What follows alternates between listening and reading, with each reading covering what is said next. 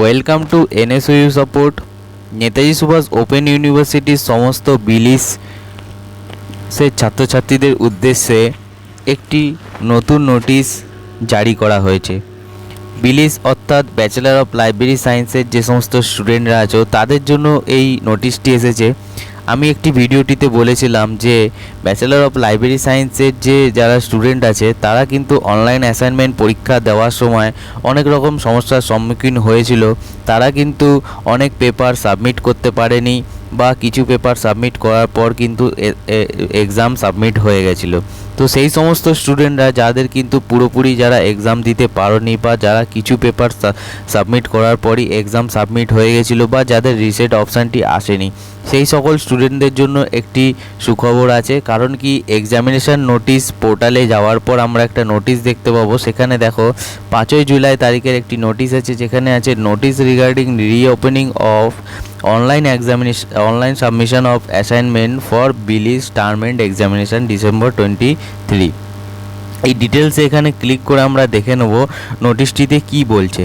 তাহলে আমরা যারা বিলিসের এক্সাম দিয়েছিলাম অনলাইন অ্যাসাইনমেন্টের অনেক দিন হয়ে গেছে, দেওয়ার পরে কিন্তু আমরা ভেবেছিলাম যে আমরা কিন্তু দ্বিতীয়বার আর পরীক্ষা দেওয়ার সুযোগ পাবো না। কিন্তু দেখো, নেতাজি সুভাষ ওপেন ইউনিভার্সিটির তরফ থেকে এই নোটিশটিতে বলা হচ্ছে, with reference to the earlier notice memo number, all learner concerned are being informed that the portal for online submission of assignment for Bachelor of Library and Information Science term and examination December 23 is reopened from 10th July 2024 2 pm to 13th July 2024 2 pm। মানে এটাই বলছে যে এর আগে একটা notice দেওয়া হয়েছিল বিলিসের এক্সামের জন্য।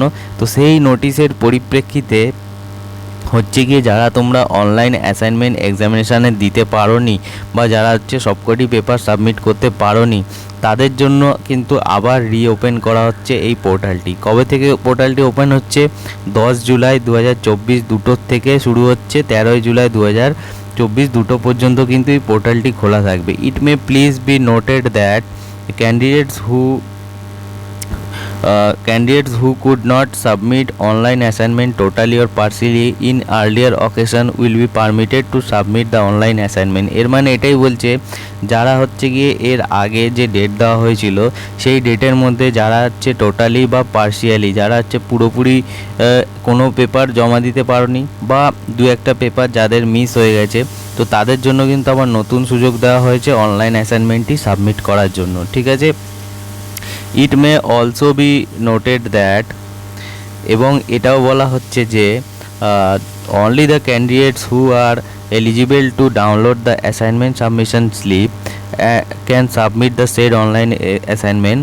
আদার terms and condition for the online assignment submission of assignment will remain unchanged. তার মানে এটাই বলছে যে যারা গিয়ে অ্যাসাইনমেন্ট সাবমিশন স্লিপটি ডাউনলোড করতে পেরেছো, মানে যারা এক্সাম ফর্ম ফিল আপ করেছিলে তারাই অ্যাসাইনমেন্ট সাবমিশন স্লিপটি, মানে যে অ্যাডমিট কার্ডটি সেটা তোমরা ডাউনলোড করতে পেরেছিলে, তারাই কিন্তু এক্সামটি দিতে পারবে। ঠিক আছে। যারা ফর্ম ফিল আপ করোনি বা যাদের অ্যাসাইনমেন্ট সাবমিশন স্লিপটি ডাউনলোড হয়নি তারা কিন্তু এক্সাম দিতে পারবে না। এবং বাকি যে শর্তাবলীগুলো, যেরকম পরীক্ষা দেওয়া চলাকালীন যে সমস্ত শর্তাবলীগুলো, সেগুলো কিন্তু সব আগের মতোই সমান থাকছে। তার মানে যারা বিলিসের স্টুডেন্ট আছো তারা কিন্তু 10 তারিখ থেকে 13 তারিখের মধ্যে কিন্তু তোমাদের পরীক্ষাটা দিয়ে দেওয়ার চেষ্টা করবে। ঠিক আছে।